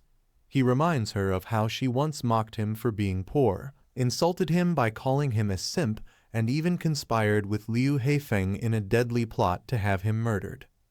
A chilling close-up reveals Chen Xiao's eye, now a deep, burning crimson. His gaze is filled with a cold, calculated fury as he finally confronts the woman who orchestrated his destruction in another life. Terrified and trembling, the woman's eyes widen as a wave of realization hits her. The shock of his words leaves her paralyzed, as the haunting sins of her past finally catch up to her in the most unexpected way. A gruesome vision from a past life surfaces, showing Chen Xiao being brutally dismembered by a group of attackers. He asks her if she ever truly believed he wouldn't return to make her pay for the day she helped slaughter him. The memory deepens, revealing the woman's heartless nature as she watched him suffer with a cruel smirk. While he was being tortured and held down, she stood by with her accomplices, enjoying the sight of his agonizing end without a shred of remorse. Chen Zhao delivers a sharp blow, knocking the blonde woman to the ground with a resounding slap. Unmoved by her pleas, he dismisses her desperate performance, telling her that her acting skills are still as pathetic as they were before. Turning his back on the fallen woman, Chen Zhao remains cold and indifferent to her suffering. He addresses his companion with a short, authoritative command, stating that it is finally time for them to leave this place behind. As the two walk away into the shadows of the alley, the blonde woman is left abandoned on the cold pavement. Behind them, the massive factory continues to burn, lighting up the night sky with the glow of the raging inferno they left in their wake. Left with nothing but her rage, the woman glares after them with a look of pure malice. She curses Chen Zhao for his extreme ruthlessness, vowing that if he refuses to show her mercy, she will ensure that no one else gets out of this alive or has an easy path forward. Inside the warehouse filled with billowing clouds of thick smoke and suffocating dust, a frantic voice rings out in pure desperation. A man screams out in a panic, his only concern being the safety of his water supply as he desperately checks if the precious resource is still okay. Suddenly, a group of armed men bursts through a doorway, their faces etched with shock as they survey the surrounding destruction. Led by a man in a patterned shirt, the group emerges with rifles at the ready, greeted by the intense heat of the spreading flames and a thunderous crashing sound echoing through the facility. From a top-down perspective, the three men are seen standing amidst the growing carnage, surrounded by rising smoke and encroaching fire. They find themselves in a ruined industrial section where shelves are toppled and the floor is charred, as the full extent of the sabotage begins to reveal itself. The man with long orange hair, identified as Boss Liu, is stopped dead in his tracks by a chilling discovery. Written boldly in red across a scorched wall is a final, bloodthirsty warning, a message declaring that while his water has been stolen this time, his very life will be the next thing taken. Boss Liu is shown in a state of absolute fury, his face contorted as he bellows a demand to know who is responsible for the destruction. His eyes are wide with rage as he searches for someone to blame for the devastating attack on his facility. Seizing the opportunity to save herself, the blonde woman feigns a position of weakness on the ground as Boss Liu approaches. She tearfully identifies Chen Zhao as the perpetrator, claiming that she courageously tried to stop him but was injured in the process. Continuing her calculated manipulation, she further stokes Boss Liu's anger by sharing insulting remarks she claims were made by their enemy. She tells him that Chen Zhao mockingly referred to him as nothing more than a piece of trash. She delivers a final stinging insult, asserting that Chen Zhao claimed Boss Liu was completely unworthy of possessing any of the valuable resources at the facility. Her lies are carefully crafted to incite a deadly and direct confrontation between the two men. Leaning into Boss Liu, the blonde woman continues her calculated manipulation to ensure Chen Zhao is eliminated. She whispers a final lie, claiming that his true intention isn't just to steal their supplies, but to hunt down and kill every single person in the gang. Driven into a blind frenzy by her words and the message on the wall, Boss Liu lets out an enraged roar. He rallies his remaining men with a violent command, ordering everyone to head toward the south gate immediately to slaughter Chen Zhao for his defiance. As the warehouse continues to burn, Chen Zhao's ally surveys the growing carnage from a safe distance. Standing near a stack of oil barrels, he remarks on the massive scale of the disaster they've created, noting that the entire facility is now in absolute chaos. From their vantage point on a nearby rooftop, Chen Zhao and his partner watch the facility go up in flames. Holding a lit torch and looking down at his panicked enemies, Chen Zhao coldly agrees, satisfied that his plan for revenge is finally unfolding exactly as intended. Boss Liu arrives at the scene with a massive group of his followers, their silhouettes framed by the massive fire consuming the warehouse. He stands at the forefront, his expression a mixture of calculation and intense anger as he finally confronts the source of the chaos. Casually holding a lit torch, Chen Zhao greets the arrival of the gang leader with a mocking smirk. He comments on how quickly Boss Liu managed to mobilize his forces, his eyes glowing with a red intensity that shows he has been expecting this direct confrontation all along. His patience completely exhausted, Boss Liu points a finger toward his enemy and bellows a final, violent command to his men. He orders his subordinates to charge forward and seize Chen Zhao, sparking a desperate rush as the armed gang members prepare to swarm their target. As the mob begins its assault, Chen Zhao hurls a flaming object into their path, creating a new barrier of fire between them. His partner in the floral shirt stands beside him with arms crossed, watching with a satisfied grin as they lead their pursuers further into a carefully prepared trap. The area erupts into an uncontrollable inferno as the sabotage reaches its peak. Swirling red and orange flames consume the surroundings, accompanied by a deafening roar as the intense heat spreads through the industrial complex. Boss Liu's gang members gather at the edge of the destruction, their silhouettes framed by the massive wall of fire. Armed with bats and metal pipes, the men stand ready for a fight, watching the blaze with a mixture of grim determination and readiness. Driven to a state of absolute madness by the loss of his facility, Boss Liu lets out a blood-curdling scream. He bellows a direct threat at Chen Zhao, swearing with every ounce of his rage that he will personally ensure the young man dies for what he has done. Maintaining his eerie composure, Chen Zhao looks on with a mocking smirk and glowing red eyes. He sarcastically thanks Boss Liu for the outburst, revealing that he is actually benefiting from the situation by collecting emotion points from the leader's intense hatred. Under the cover of night, a flurry of papers is seen flying out of a brightly lit window in an apartment building. The scene suggests a chaotic or celebratory aftermath to a major event that has just concluded. Inside the room, the mood is one of pure triumph. A man in a patterned shirt raises his glass for a toast, exclaiming to his friend that their recent move was absolutely incredible. He is clearly energized by their success. The group, consisting of 2 men and a woman, gathers around a marble table for a celebratory hot pot dinner. As they prepare to eat, they laugh at the thought of their rival, Old Dog Liu, who they assume is currently tearing his own house apart in a fit of rage. The celebration continues with a massive spread of food, featuring plates of sliced meat, fresh vegetables, and several bottles of beer. Having successfully pulled off their plan, the trio settles in to enjoy their hard-earned victory feast. While serving the meal, the woman expresses her profound gratitude to Chen Zhao. She admits that if he hadn't stepped in to help her, she would still be trapped in a miserable situation she can only describe as a hellhole. Her tone is heavy with relief.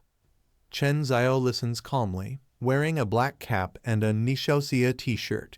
He tries to downplay his actions, telling her that they are old classmates and there is absolutely no need for her to be so formal or overly polite about the help he provided. Refusing to let it go, the woman looks down with a soft, sincere expression. She explains that it isn't just about being polite. His rescue meant more than that. She tells him that his selfless actions made her realize there are still people in this world who are truly worth trusting. The atmosphere lightens as their friend in the patterned shirt chimes in from across the table. He playfully teases Chen Zhao, praising him for his hero saves the beauty move. He notes that the entire rescue was handled with brilliant timing and style. The man in the floral shirt leans in eagerly, asking Chen Zhao to finally give him the lowdown on his recent feat. He is dying to know the secret behind the operation and how Chen Zhao managed to pull off such a massive task. He gestures wildly at the room, which is now revealed to be overflowing with large water jugs. He questions if Chen Zhao used some kind of magic, as he somehow managed to empty an entire reservoir into these containers all by himself. A wide shot reveals the true, staggering scale of the operation, showing the apartment packed wall to wall and floor to ceiling with thousands of water bottles. The sheer absurdity of the sight leaves the group in a moment of stunned, speechless silence. While his friend reacts with a face of pure shock and disbelief, Chen Zio remains perfectly calm, continuing to eat his meal. He cryptically states that he has his ways and advises his friend to shift his focus toward the logistics of safely selling such a massive quantity of water. As they continue their meal, Chen Zio turns to the woman with a curious expression. He mentions that after they graduated from junior high, she seemed to vanish completely, and he asks why there was never any news about her during all those years. The woman's demeanor shifts instantly, her face clouding with a deep, lingering sadness. She gazes down at her bowl and quietly reveals that shortly after their graduation, her family suffered through a series of tragic accidents that changed the course of her life. A tense close-up shows her face partially obscured by shadows, her eyes hidden behind her hair. The weight of those memories clearly still haunts her, leaving her momentarily lost in the pain of a past she has struggled to escape. A haunting flashback reveals the source of her trauma. She is seen standing alone in a dark, grime-streaked hallway, facing an open doorway. In the memory, she calls out tentatively for her mother and father, searching for them in the unsettling darkness. Continuing her tragic story, the woman reveals the most painful detail of her past. With a look of profound sorrow, she explains that her parents both went missing at the very same time, leaving her completely alone and vulnerable. The weight of her confession leaves Chen Zio and his friend in a stunned, somber silence. Both men look visibly shaken, their expressions hardening as they process the magnitude of the tragedy she has been carrying for all these years. The emotional moment is abruptly shattered as a violent fire suddenly erupts within the apartment. Roaring flames and thick smoke quickly fill the room, catching the trio completely off guard as they are forced to abandon their meal and scramble for safety. From outside the building, the true scale of the disaster is revealed as massive flames engulf the lower floors. The group is forced out onto a balcony, looking down in horror as the raging inferno below threatens to trap them in the burning structure. The celebration is abruptly cut short as the group rushes to the balcony, staring out at the horizon in pure disbelief. Their friend shouts in horror that the disaster is worse than they imagined, as the entire area outside has been transformed into a massive, raging inferno that lights up the night sky. Retreating back inside, they watch a wall of security monitors that captured the terrifying reality of the situation. The cameras display multiple angles of the building, showing various rooms and hallways being rapidly consumed by flames, confirming that the entire structure has become a sprawling death trap. One monitor focuses on a particularly heart-wrenching scene, a woman trapped behind a window, screaming into the camera for someone to help save the children. Her desperate plea highlights the cruelty of the arson, showing that many innocent lives are being caught in the crossfire of this attack. Infuriated by the sight on the screens, the man in the floral shirt slams his hand down in a fit of rage. He immediately identifies the culprit, shouting that this is all Liu Haifeng's doing and cursing the man for being heartless enough to drive everyone to their deaths just for the sake of his revenge. As they watch the tragedy unfold on the monitors, the woman asks Chen Zio if they should step in and do something to help. Internally, Chen Zio realizes this is exactly what Liu Haifeng wants. His rival is using the lives of innocents as a moral trap to force Chen Zio into the open. Chen Zio remains cold and unmoved, thinking to himself that he is no longer the rotten do-gooder he was in his past life. He recalls how his previous attempts to save everyone only led to his own death, and he refuses to be strangled by his own morality a second time. Outside, Liu Haifeng screams at the building, challenging Chen Zio to show himself. He mocks Chen Zio's defenses as a mere turtle shell and declares that if his rival won't come out, He is perfectly willing to burn the entire neighborhood to ash to flush him out. Liu's henchmen work quickly to fuel the disaster, pouring more liquid onto the flames. They praise their leader's ruthless wisdom, noting that as the fire grows, the suffocating smoke will be just as effective as the flames at killing everyone trapped inside the area. Liu Heifeng stands arrogantly amidst the raging inferno he created, looking out at the destruction with a sense of triumph. He scoffs at the idea of Chen Zhao attempting to oppose him, clearly believing that his overwhelming show of force has already ended the conflict. In a sinister close-up, Liu reveals a sadistic grin while casually holding a cigarette. He revels in the chaos he has unleashed, his expression twisted with malice as he prepares to witness the final outcome of his destructive plan. The fire continues to spread uncontrollably, turning the entire neighborhood into a hellscape of smoke and embers. Buildings on both sides of the street are swallowed by massive flames, leaving no clear escape for anyone caught within the scorched perimeter. Inside their darkened command room, the group watches the monitors with mounting desperation. The man in the floral shirt shouts to a stoic Chen Zhao that they cannot survive much longer, warning that the conducting heat will soon roast them alive or leave them without oxygen to breathe. Chen Zhao remains completely unfazed by the growing danger outside. A faint, knowing smirk plays on his lips as he listens to his friend's panicked warnings. It is clear that he has a hidden card to play that the others haven't even considered. Standing calmly in his advanced command center, Chen Zhao reflects on his own foresight. He notes that in a world facing a high-temperature apocalypse, it would have been foolish not to equip his Safehouse with a top-tier fire protection system. The raging inferno visible through the window doesn't rattle him in the slightest. With a steady hand, Chen Zhao reaches for a control panel and firmly presses a large red button. This simple action triggers the complex defensive measures he meticulously designed for exactly this kind of emergency, signaling the start of his counterattack. Outside, the building's automated defense system roars to life.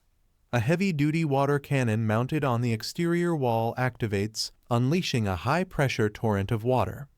The massive stream begins to douse the surrounding flames, instantly turning the tide against Liu Haifeng's arson attack. A series of specialized canisters are launched from the building's upper floors directly into the heart of the fire. These canisters are part of a sophisticated, automated defense system that Chen Zhao triggered to neutralize the arson attack. Upon impact, the canisters burst open and release a dense, white substance that rapidly expands across the ground. This material acts as a massive physical barrier, effectively smothering the flames and creating a wide perimeter that prevents the fire from reaching the structure. Watching the deployment from the monitors, the man in the patterned shirt is nearly speechless with shock.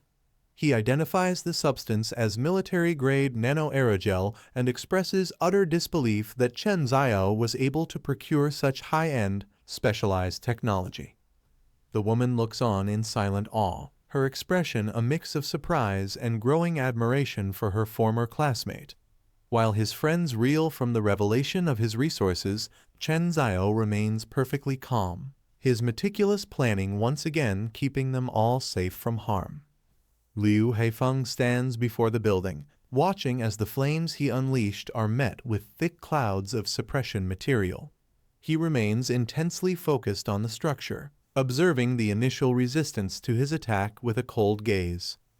With a look of pure contempt, Liu Heifeng dismisses the defensive measures as nothing more than a pathetic death struggle.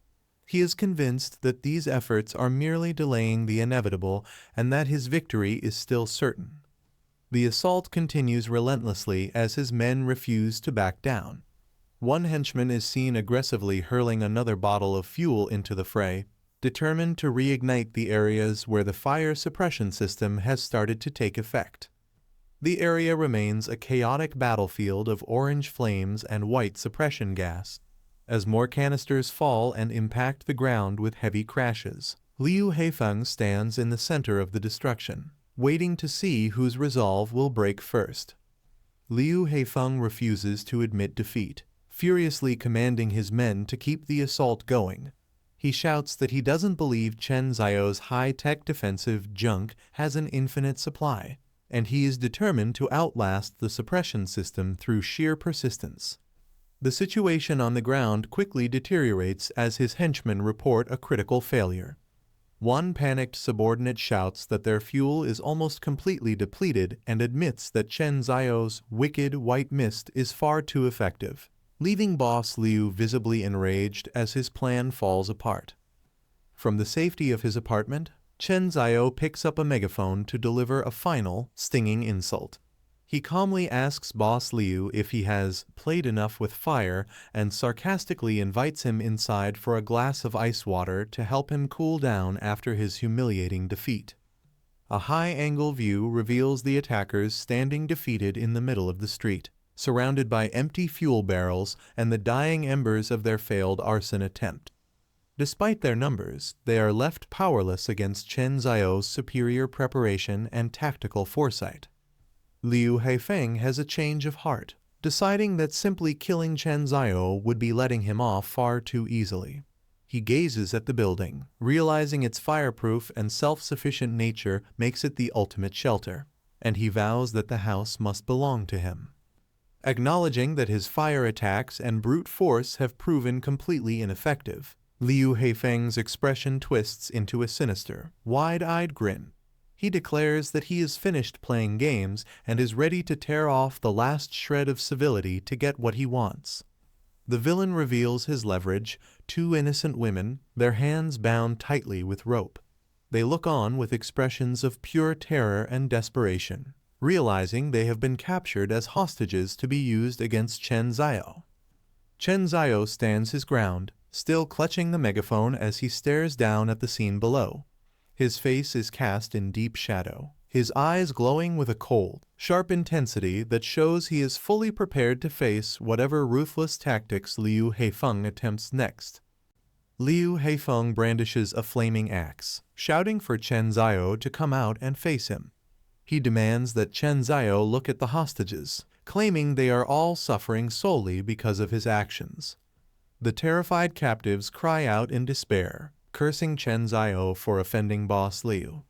They beg him to show himself, blaming him for dragging them into this dangerous conflict. Liu Haifeng prepares to execute the elderly hostage to draw Chen Zio out. Despite the threat, the old man remains defiant, warning Liu Haifeng that such cruelty will only lead to his own miserable death. Inside, Chen Zio's allies prepare to charge out and fight, but Chen Zio remains cold. He realizes that Liu Haifeng is using lives as blackmail and concludes that, in this harsh world, being soft-hearted is the same as suicide. Chen Zio watches the monitor and recognizes the hostage as Old Man Wang. Seeing the man who once helped him in the hands of his enemy causes a visible shift in his demeanor. Chen Zio recalls a past moment of desperation when Old Man Wang stood by him amidst flames and ruin. He remembers the old man's words, urging him to stay alive because as long as there is life, there is hope. The memory of Old Man Wang's kindness ignites a cold fury within Chen Zio. His eyes glow with a lethal resolve as he decides that he can no longer remain a passive observer to this cruelty. Taking charge, Chen Zio instructs Mu Kang to stay behind and protect Yaoyu. Determined to end the conflict once and for all, he heads out alone to settle his accounts with Boss Liu. Chen Zio finally steps out into the open, facing the chaos head-on. As he walks through the remnants of the neighborhood, he remains calm, his presence alone shifting the tension of the confrontation. He confronts Liu Haifeng directly, making it clear that their personal grudge is between the two of them alone. He demands that Liu Haifeng stop targeting innocent people, as they have nothing to do with their conflict. Liu Haifeng mocks Chen Zio for finally crawling out of his turtle shell. He offers a brutal ultimatum: if Chen Zio pays back the money, hands over his water supply, and surrenders his life, he might consider releasing the hostages. In response to being accused of playing hero, Chen Zio lets out a chilling smirk. His dark expression suggests that he isn't there to sacrifice himself, but to bring a violent end to the leverage Liu Haifeng thinks he holds. Facing boss Liu's demands, Chen Xiao maintains a cold, unwavering stare. He flatly rejects the initial ultimatum, stating simply and firmly that he is not interested in the terms offered. Shifting his approach, Chen Xiao adopts a mockingly casual tone to unsettle his opponent. He remarks that constant fighting and killing is tedious and ultimately bad for one's karma, suggesting a different way to settle the score. Chen Xiao proposes a high-stakes gamble to resolve the conflict. He offers everything he owns if he loses, but in return, he demands that Boss Liu release Old Man Wang and vacate the area immediately if he wins. The prospect of seizing all of Chen Xiao's resources delights Boss Liu, who bursts into a manic laugh. Accepting the challenge, he prepares to strike, eager to claim the prize he believes is already his. Boss Liu shakes his dice cup aggressively, proposing a single round bet of high or low. He declares that this one roll will be the final decider, with both of their lives and everything they own hanging in the balance. Chen Xiao takes his position, matching Boss Liu's intensity as he holds his own dice cup with a steady hand. He remains eerily calm, showing no signs of hesitation despite the lethal stakes of the gamble. With a look of cold resolve, Chen Xiao accepts the terms of the challenge. He stares directly at his opponent and places his bet on the outcome being high, ready to let the dice determine the future. The two stand face to face in a legendary gambling god showdown. Surrounded by a heavy atmosphere of tension, they prepare for the final reveal that will either grant Chen Xiao his victory or cost him his life. Boss Liu shakes the dice cup with a smug, overconfident grin. Dressed in his gambling god persona, he rattles the dice aggressively, convinced that luck is on his side and that he is about to seize all of Chen Xiao's hard-earned resources. Not to be outdone, Chen Xiao leans fully into the theatrics of the high-stakes showdown. Wearing a tuxedo and a dramatic cape, he mirrors the gambling god aesthetic with a stoic and professional aura, shaking his cup with a precision that starts to unnerve his opponent. Despite the flamboyant disguise, Chen Xiao's gaze remains razor-sharp behind his sunglasses. He is no longer just a survivor. He is a man on a mission, his eyes filled with a cold, calculated resolve to win back Old Man Wang's freedom at any cost. As the moment of truth arrives, the atmosphere becomes suffocatingly tense. Liu Haifeng shouts with a mix of manic laughter and anticipation, ready to slam his cup down and reveal the roll that he believes will seal Chen Xiao's fate and end the challenge in his favor. Boss Liu unleashes a roar of anticipation as he shakes his dice cup with violent intensity. He puts his entire focus into the rattle, clearly confident that this single roll will grant him everything Chen Xiao possesses. Chen Xiao matches his opponent's aggressive energy, letting out a shout of his own as he vigorously shakes his cup. His expression is one of pure determination, showing that he is fully committed to this life or death gamble. In a simultaneous burst of motion, both men slam their dice cups onto the table with a thunderous impact. The air is thick with tension as the shaking stops, and they prepare to reveal the outcome that will decide the fate of everyone involved. However, a subtle close-up reveals that the game is far from fair. A finger reaches out to press a hidden button on the side of the dice cup, indicating that a mechanical trick is being used to manipulate the final result and rig the gamble. As the dice settle, a hidden magnetic mechanism inside the cup triggers, flipping the dice to force a specific result. The gamble is rigged from the start, ensuring that the house always wins through calculated deception. Boss Liu reveals his hand 3 sixes and erupts into a triumphal laugh. He declares it a supreme hand and mocks Chen Xiao, telling him he has officially lost everything in this single, high-stakes roll. Despite the apparent defeat, Chen Xiao remains eerily calm. He tells Boss Liu not to rush to conclusions, pointedly stating that they don't actually know who the winner is yet, as he prepares to reveal his own results. In a sudden, blinding flash, Chen Zio's dice are sliced through mid-air as he reveals them. The shocking move suggests that he has his own way of countering Boss Liu's cheating, turning the rigged game completely on its head. As the tension reaches its breaking point, Chen Zio slowly lifts his dice cup to reveal a result that defies logic. Instead of the 3 standard dice everyone expected, the floor is covered in small, jagged fragments. The sudden turn of events leaves Boss Liu and his crew in a state of absolute disbelief.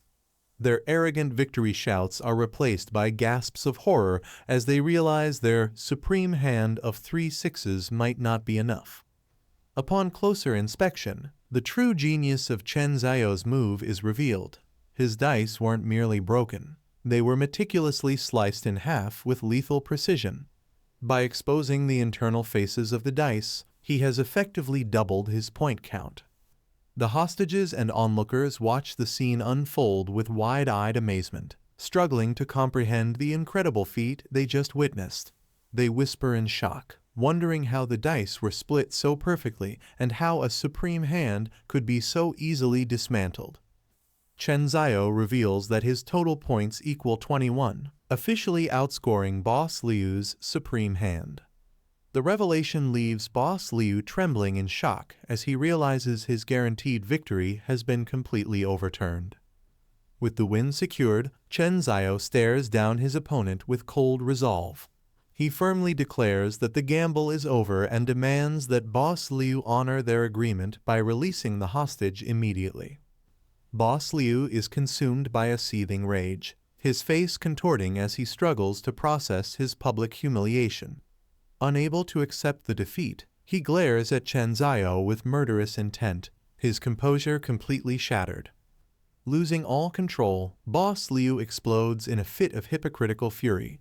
He screams at Chen Zio, accusing him of daring to cheat, refusing to acknowledge the result of the game he attempted to rig himself.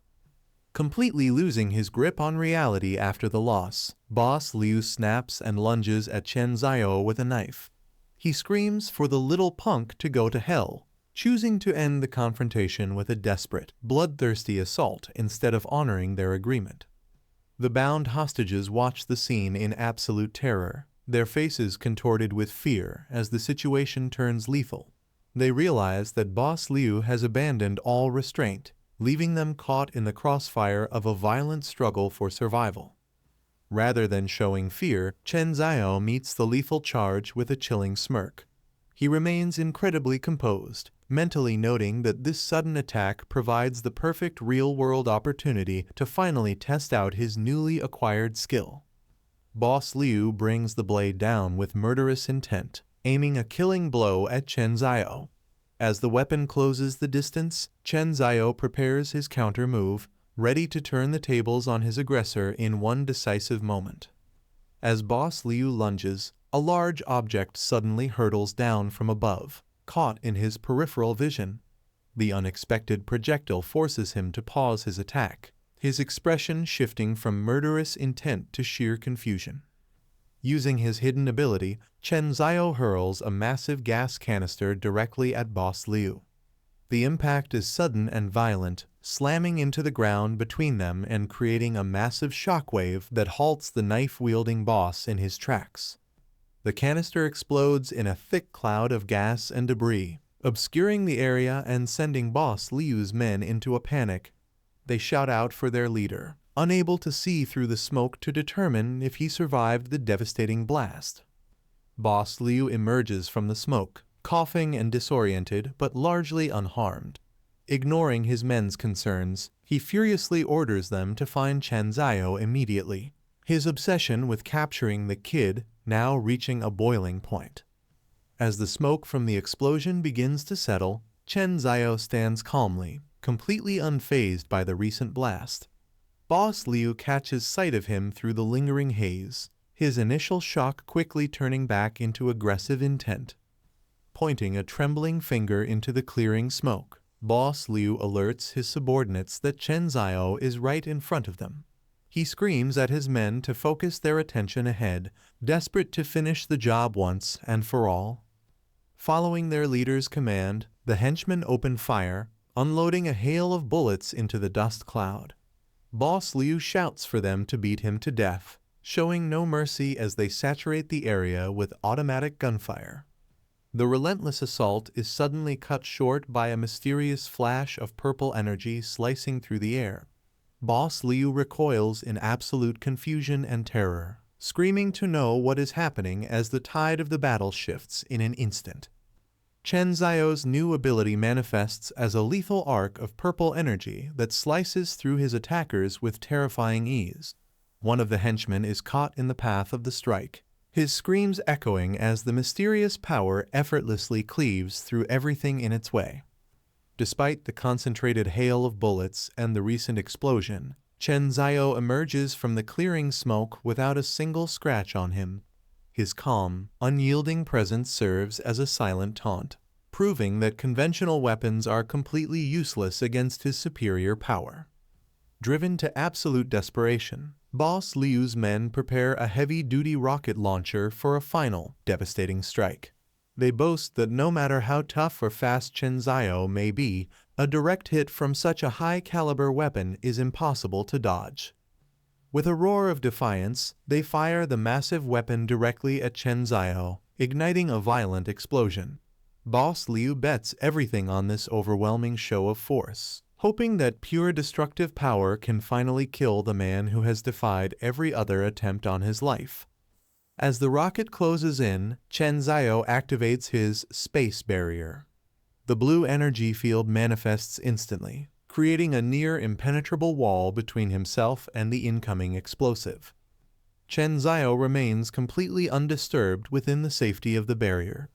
The intense blue light of the spatial defense surrounds him, emphasizing the massive gap in power between his abilities and conventional weaponry. Upon impact, the rocket fails to explode as intended. Instead, the overwhelming force of the barrier causes the massive projectile to shatter and crack into pieces, rendering the heavy-duty weapon completely ineffective. Boss Liu is left in a state of absolute disbelief, his face dripping with cold sweat. He screams in terror, unable to comprehend how his most powerful weapon was neutralized so effortlessly by a power he cannot understand. A massive missile hurtles toward Chen Zhao as Boss Liu resorts to total destruction. Despite the imminent threat falling from the sky, Chen Zhao remains perfectly still, facing the overwhelming weapon with an unsettling lack of fear. Chen Zhao mockingly asks Boss Liu if he truly finds it this difficult to accept defeat in front of so many witnesses. He stares directly at his opponent, completely unfazed by the destructive force closing in on him. With a lethal glint in his eyes, Chen Zhao questions if Boss Liu actually intends to go back on his word. His calm demeanor shifts into a cold, predatory focus, signaling that the time for games has finally ended. Before the missile can strike, Chen Zhao unleashes his power, slicing the massive projectile into harmless fragments mid-air. With effortless precision, he neutralizes the threat, leaving Boss Liu's final desperate attempt in ruins. Chen Zhao walks forward with an aura of absolute dominance, his presence heavy as a discarded blade lies abandoned in the street. The sheer coldness in his movement suggests that the initial skirmish is already over, leaving only the final judgment to be delivered. The power dynamic has shifted completely, leaving Boss Liu reeling from the sudden turn of events. As Chen Zhao closes the distance, the criminal leader is struck by a wave of realization that he is no longer the one in control of the situation. Walking down the steps with indifference, Chen Zhao mocks Boss Liu, telling him that since he doesn't even possess a decent blade, he is no longer qualified to negotiate. Behind him, a sweating and panicked Boss Liu realizes that something is fundamentally wrong with the man he once considered a simple target. Holding his own blade with lethal intent, Chen Zhao declares that Boss Liu has repeatedly crossed his bottom line by coming after him again and again. With cold eyes and a steady hand, he announces that the time has finally come for them to settle their accounts once and for all. Boss Liu realizes that continuing the fight is a losing deal. He notes that Chen Zhao's strange abilities and secure Safehouse make him a walking goldmine, far too valuable to simply destroy in a direct confrontation. Frustrated and overwhelmed by the situation, he rubs his face while reconsidering his strategy. He determines that finding a way to exploit Chen Zio's resources is a much better path than a suicidal battle. Shifting his persona, he puts on a friendly front and addresses Chen Zio as brother. He dismisses their previous conflict as a mere misunderstanding and desperately proposes that they strike a deal instead of fighting. In a brief break from the story, an announcement reveals that a new series is now online. Readers are informed that they can expect 2 new chapters to be released every week. The creator shares an update, reassuring the audience that the story remains fair and honest for readers young and old alike. Accompanied by an image of the protagonist with glowing eyes, the message sets a serious and intense tone for the journey ahead. A major announcement reveals a new, faster release schedule featuring double updates every Friday and Saturday. This increase in content aims to keep the momentum going, but the creator notes that the growth of the series relies heavily on community engagement.